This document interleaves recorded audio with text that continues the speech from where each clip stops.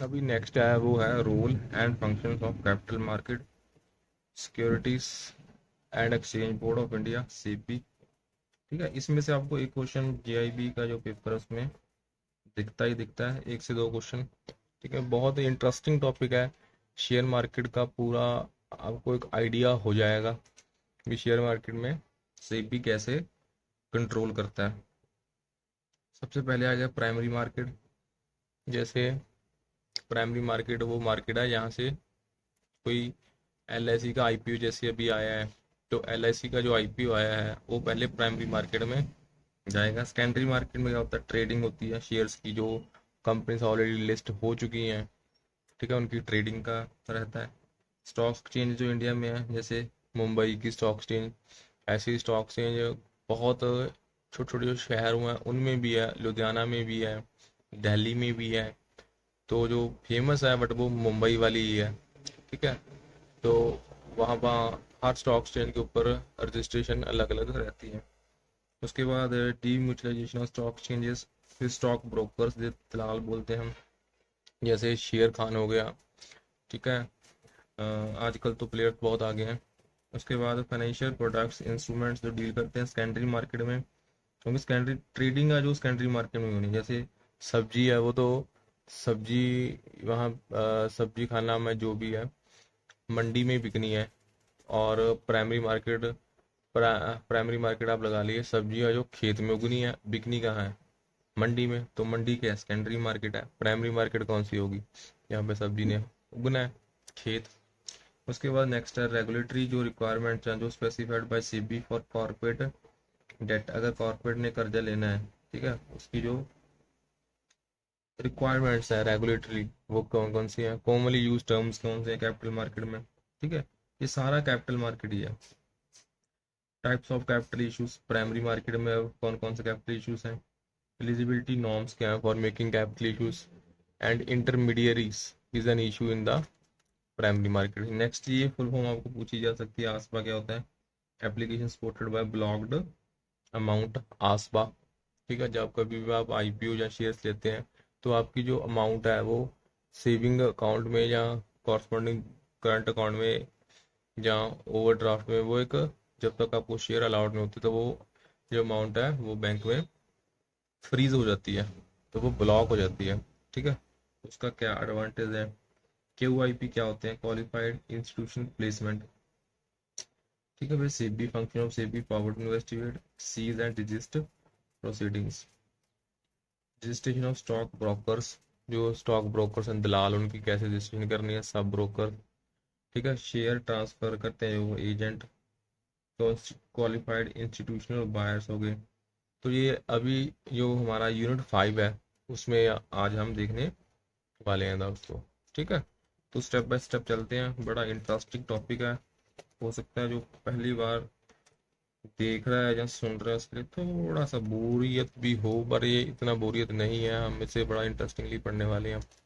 मैं थोड़ा book by book ही जाऊंगा अभी, लाइन बाय लाइन, क्योंकि बहुत रिक्वेस्ट आती हैं भी सर बुक बाय बुक ही जाओ, वो हमारे लिए पेपर पॉइंट ऑफ व्यू से इजी रहता है। ऑब्जेक्टिव्स, ठीक है, the reader will be able to understand जो स्ट्रक्चर है मार्केट का, कैपिटल मार्केट इन इंडिया, जो रूल्स हैं securities and exchange board of India वो। उसके बाद कैपिटल मार्केट क्या है, अगर कोई भी बिजनेस स्टार्ट करना है, वो स्टार्टिंग यानी बिजनेस था, एंटरप्रेन्योर होगा, नीड इन्वेस्टमेंट, उसे पैसे चाहिए होंगे इन द फॉर्म ऑफ कैपिटल। ठीक है, depending upon the size of project, कितना बड़ा प्रोजेक्ट लगा रहा है, जो रिक्वायरमेंट है वो कैपिटल की बढ़ सकती है कम भी हो सकती है। इन मोस्ट केसेज जो एंटरप्रेन्योर्स हैं may not be able to bring the required capital, जो बिजनेसमैन है उनके पास उतनी कैपिटल नहीं होती कि अपने पैसे से वो लोग बिजनेस स्टार्ट कर सकें। तो जो इंटरप्रेन्योर्स हैं उनको पैसे बोरो करने पड़ेंगे, may have to borrow the जहाँ बैंक से, जहाँ फाइनेंशियल इंस्टीट्यूशन से, जहाँ दोस्तों से या रिश्तेदारों से। ठीक है, जो बोरो करेंगे बोरिंग की एक कॉस्ट भी होगी in the form of interest, and this prove to be burden हो सकता है on the profitability of the business, particular in case of projects जिनकी जेस्टेशन पीरियड बहुत लंबी है। जो प्रोजेक्ट्स पता आपको 20-20 साल चल रहे हैं तो 20-20 साल का ब्याज देना बहुत टफ हो जाएगा। एट द सेम टाइम जो इंटरेस्ट कॉस्ट है उसका एक टैक्स एडवांटेज भी रहेगा। ठीक है, the promoters will have to decide the financing aspects of the projects though, promoters उन्हें फाइनेंसिंग जो पैसे का लेन देन है उसके बारे में सब सोचना पड़ेगा, taking into consideration the various aspect course involve. Since जो बैंक्स हैं या फाइनेंशियल इंस्टीट्यूशन है वो तो सिक्योरिटी मांगेंगे ही मांगेंगे, मेन डिमांड है security for their loan in the form of collaterals, भी आप हमें कोलेटरल्स दो, हमें कोई सिक्योरिटी दो, घर दो, ठीक है, प्रॉपर्टी दो, तभी हम आपको लोन दे पाएंगे। ठीक है, the promoters choose choose to raise a major part of the requirement of capital money from public. ठीक है, तो जो प्रमोटर्स हैं, जो कंपनी देखते हैं, वो पैसे रेज करते हैं, ठीक है, जितनी उनको रिक्वायरमेंट है कैपिटल की, कहाँ से, लोगों के पास जाके, by offering to the latter, जैसे कौन कौन से स्टूडेंट उनको शेयर्स दे देते हैं कंपनी के, डिवेंचर्स दे देते हैं, डिवेंचर्स मीन बॉन्ड्स हो गए, ठीक है, and so on, in order to raise money from public. Public से अगर उन्होंने पैसे रेज करने हैं तो वो लोग ऐसे पैसे को रेज करते हैं। तो सेबी ने जो securities and exchange board of India है, उसने प्रिस्क्राइब करा है सर्टन रूल्स एंड रेगुलेशंस, उन्हें कुछ रूल्स बनाए हैं, कुछ रेगुलेशंस बनाए हैं, ठीक है, and by complying with the same, जो प्रमोटर्स हैं, जो कंपनी का ध्यान रखते हैं, वो can raise their financial requirement, वो पैसे रेज कर सकते हैं इन द मार्केट, जिसे हम क्या बोलते हैं, जिसे हम बोलते हैं कैपिटल मार्केट। ठीक है, तो वो कैपिटल मार्केट के जरिए अपनी कंपनी में पैसे को लेके आ सकते हैं। कैसे, वो लोग कंपनी के शेयर दे देंगे, डिवेंचर दे देंगे, बॉन्ड दे देंगे। कैपिटल मार्केट क्या है, एक मार्केट है for long term debt and equity shares. ठीक है, ये डेफिनेशन होगी। कैपिटल मार्केट क्या है, वो एक मार्केट है for long term debt and equity shares. In this market capital fund comprising, इसमें क्या क्या होता है, इक्विटी भी होती है और debt are issued and issue हो जाते हैं ना, वो ट्रेड भी हो जाते हैं, किसी ने बेचना है, किसी ने लेना है। तो दिस आल्सो इंक्लूड जो private placement sources of debt and equity as well as organise market, जैसे स्टॉक चेंज होगी। कैपिटल मार्केट दो तरह की होती है, फिर आगे प्राइमरी एंड सेकेंडरी, ये अभी हम देखने वाले हैं। प्राइमरी मार्केट क्या होती है, सेकेंडरी मार्केट क्या होती है। प्राइमरी मार्केट में कौन कौन से प्लेयर हैं, सेकेंडरी मार्केट में कौन कौन से प्लेयर हैं। ठीक है, प्राइमरी मार्केट में क्या होता है, इन दिस मार्केट जो शेयर हैं, जो बॉन्ड्स हैं, या डिवेंचर्स हैं, वो ऑफर होते हैं पब्लिक को फॉर सब्सक्रिप्शन। ठीक है, for the purpose of raising capital और fund. The issue of security shares और bond in the primary market is subject to fulfilment of number of pre issue guidelines. आपको यहाँ पे सेबी की बहुत गाइडलाइंस को फॉलो करना पड़ेगा and compliance to various provisions of company act. Primary market is classified into public issue market and private placement market. ठीक है, दो तरह के आ गया, पब्लिक और private. There are number of intermediaries, ठीक है, इसमें काफ़ी इंटरमीडिएट, जैसे मर्चेंट बैंकर जो सलाह देते हैं बैंकर, इशू मैनेजर जो, जैसे आईपीओ आया किसी का, तो उसको मैनेज, उसको जो इशू आया उसको मैनेज करना, लीड अरेंजर एक्सेट्रा। जो बैंक्स हैं वो पार्टिसिपेट करते हैं capital market as banker to issue arrange and underwriters etcetera. ठीक है, प्राइमरी मार्केट में बेसिकली जो शेयर जब लिस्ट होता है उससे पहले वाली जो फॉर्मेलिटीज है, ठीक है, जैसे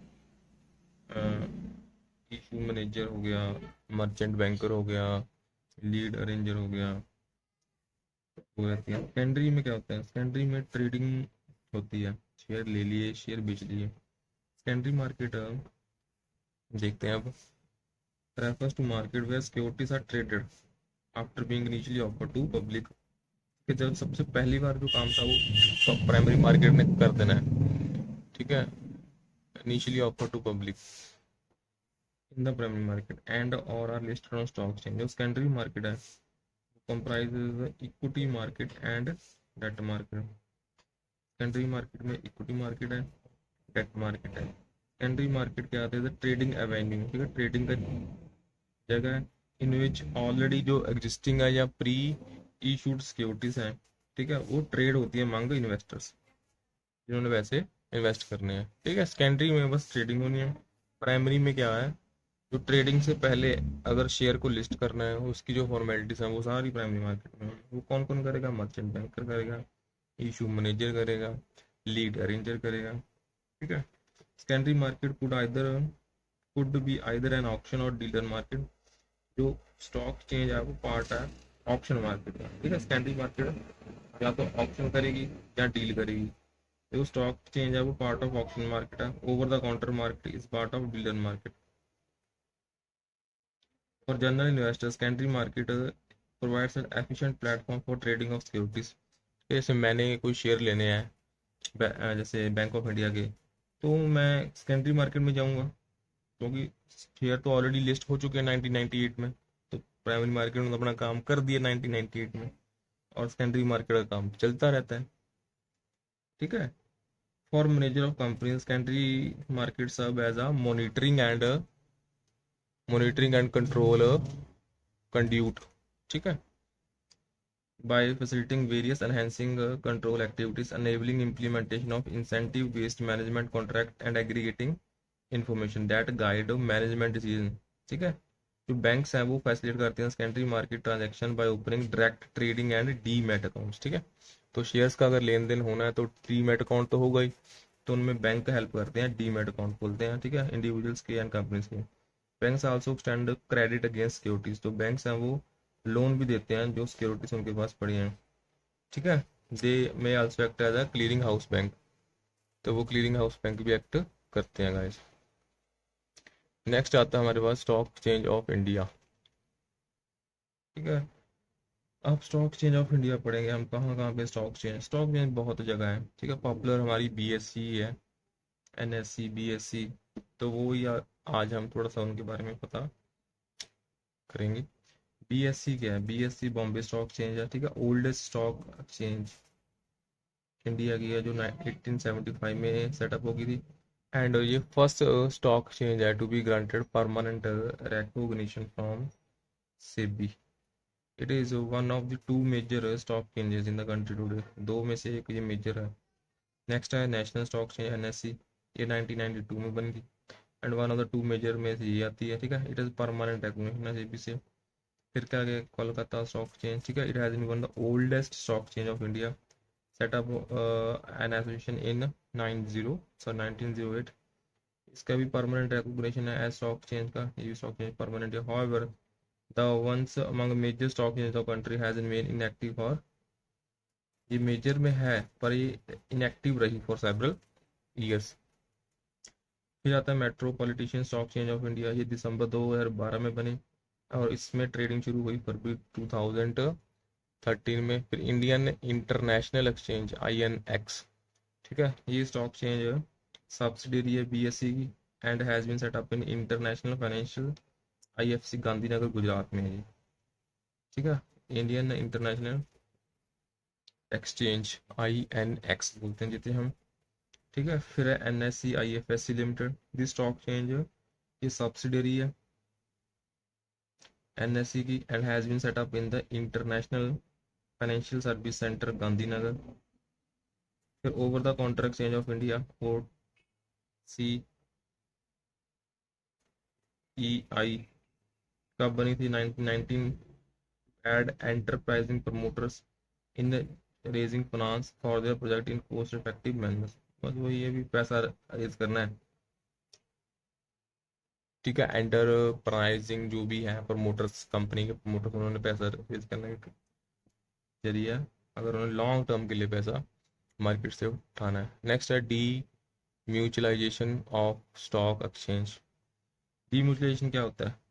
refers to transaction process of an exchange from a mutually owned association to shareholder owned company। Mutually owned से शेयर होल्डर ओन्ड, ये टर्म आपको पता होना चाहिए। अब ये टर्म क्या है ये अब हम आगे देखते हैं। In other word, transforming the legal structure of exchange from a mutual form to a business corporation form. ठीक है, उसे हम बोलते हैं डीम्यूचुअलाइजेशन। जो लीगल स्ट्रक्चर एक्सचेंज का, उसे चेंज करना है म्यूचुअल फॉर्म से बिजनेस फॉर्म में, बिजनेस कॉर्पोरेशन फॉर्म में। Give up is effect means that after demutualization the ownership, demutualization के बाद क्या होगा, जो ओनरशिप है, द मैनेजमेंट, जो trade and trading rights at exchanges are segregated from, वो एक दूसरे से सेग्रीगेट हो जाते हैं। Ownership, management, trading rights at the exchanges are, वो सेग्रीगेट हो जाएंगे फ्रॉम वन अनदर, एक दूसरे से वो सेग्रीगेट हो जाएंगे। In a mutual exchange the three functions of ownership, management and trading are intertwined into a single group। ठीक है, म्यूचुअल एक्सचेंज में क्या होगा, जो 3 फंक्शंस हैं ओनरशिप के, मैनेजमेंट के, ट्रेडिंग के, वो इंटरवाइंड हो जाएंगे इनटू अ सिंगल ग्रुप, एक ग्रुप में। हियर द ब्रोकर मेंबर जो एक्सचेंज का है are both the owners and the traders on exchange and they further manage the exchange as well. जो ब्रोकर मेंबर एक्सचेंज का, जो जैसे शेयर खान हो गया ब्रोकर मेंबर, वो ऑनर भी है और ट्रेडर भी है ऑन द एक्सचेंज, ठीक है, एक्सचेंज मार्केट के ऊपर वो ऑनर भी है, and they further manage the exchange as well, वो एक्सचेंज भी फर्दर ही मैनेज करता है, ठीक है। आ डीम्यूचुअलाइज्ड जो एक्सचेंज है on the other hand has all these 3 functions clearly segregated. जो प्रॉपरली डीम्यूचुअलाइज्ड एक्सचेंज है वहाँ पे ये तीनों फंक्शंस क्लियरली सेग्रीगेटेड होते हैं, जो ownership, management and trading in separate hands. BSE, NSE over the counter exchange of India are not only corporatized but also demutualized with the segregation of ownership trading rights of members। BSE भी है, NSE भी है, और ये जो अभी पढ़ी थी हमने over the counter exchange of India, ये भी कॉर्पोराइज के अलावा ये डीम्यूचुअलाइज्ड भी है, ठीक है, स्टॉक एक्सचेंज। तो ये आपको थोड़ा सा पता होना चाहिए टर्म्स का। नेक्स्ट है स्टॉक ब्रोकर, जिसे हम दलाल बोल देते हैं हमारी नॉर्मल लैंग्वेज में। अब broker is a member of recognised stock chain. दलाल क्या, एक जो स्टॉक चेन है जैसे BSE है, NSE है, उसका एक आगे एजेंट है, ब्रोकर है, ठीक है, जिसे लाइसेंस है, who is permitted to do trading, वो ट्रेडिंग कर सकते हैं on screen based trading system of different stock change, ठीक है। He is controlled as a member, वो मेंबर है कंसर्न्ड जो एक्सचेंज है, जैसे BSE जो कि रजिस्टर्ड आगे सेबी के साथ। सब ब्रोकर, उसके बाद सब ब्रोकर भी आता है, is affiliated to member of recognised stock change and is a person who is registered with SEBI, ठीक है। सब ब्रोकर क्या है, ये affiliated to member of recognise, जो रिकॉग्नाइज स्टॉक चेंज है उसका मेंबर। रिकॉग्नाइज स्टॉक चेंज BSE है, NSE है, over the counter exchange of India, and is a person who is registered, जो सेबी के साथ रजिस्टर्ड है।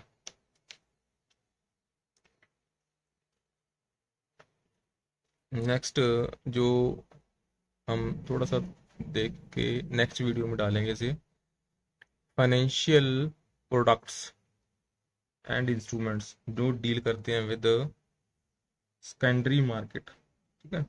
अब सेकेंडरी मार्केट में कौन कौन से प्रोडक्ट्स हैं वो देखेंगे हम। इक्विटी तो पता ही है सबसे बड़ा प्रोडक्ट है, shares, bonus shares, right issue, ये सारे अब हम नेक्स्ट वीडियो में कवर करेंगे दोस्तों। तो go to the next video.